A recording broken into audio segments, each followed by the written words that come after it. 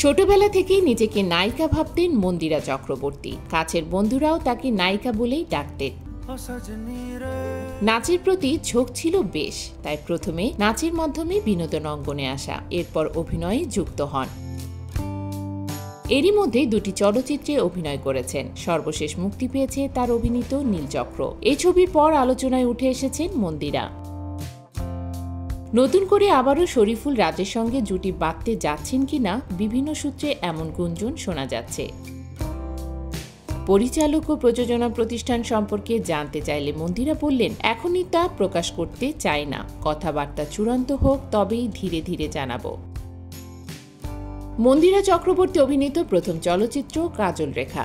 গিয়াসউদ্দিন সেলিম পরিচালিত এই ছবিতে নাম ভূমিকায় অভিনয় করে আলোচনায় আসেন তিনি। চ্যানেল আই এর রিয়েলিটি শো সেরা নাচিয়ে দিয়ে বিনোদন অঙ্গনে পথচলা শুরু করেন মন্দিরা। এরপর কাজল রেখা ছবিটি তাকে আরও পরিচিতি এনে দেয়। এতে তার বিপরীতে ছিলেন শরীফুল রাজ। এরপর নীলচক্র ছবিতে অভিনয় করেন আরিফিন শুভর বিপরীতে। গত ঈদুল আজহায় মুক্তি পাওয়া ছবিটি এখন দেশের বাইরের প্রেক্ষাগৃহেও প্রদর্শিত হচ্ছে। নীলচক্র মুক্তির পরের অভিজ্ঞতা জানতে চাইলে মন্দিরা বলেন, আমার কাছে 7টি ছবির প্রস্তাব এসেছে।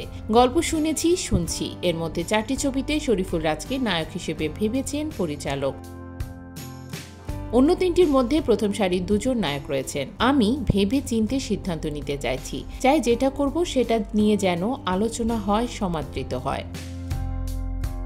মন্দিরা আরও যোগ করেন, একদম মাসালা টাইপের সিনেমায় কাজ করতে চাই। আমি নাচের মেয়ে, এখন পর্যন্ত যেসব ছবিতে অভিনয় করেছি তেমনভাবে নাচের মুনশিয়ানা দেখানোর সুযোগ পাইনি। আমি যেমন পিওর রোমান্টিক গানে পারফর্ম করতে চাই, তেমনি আইটেম গানেও নিজেকে উপস্থাপন করতে চাই।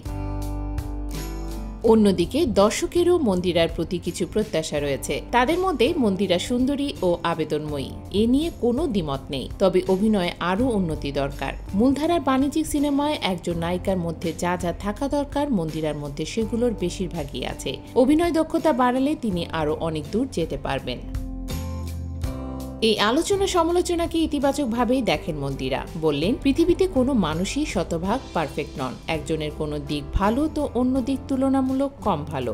দর্শক আলোচনা সমালোচনা করবেনই। আমি কখনোই ভাবি না যে সবাই আমাকে পছন্দ করবে বা প্রশংসা করবেন।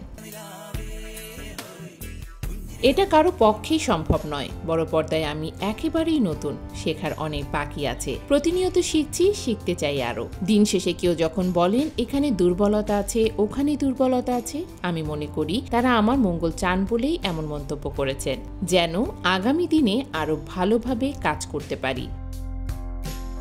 সমালোচনা মানুষকে পরিশুদ্ধ করে, এগিয়ে যেতে সহায়তা করে।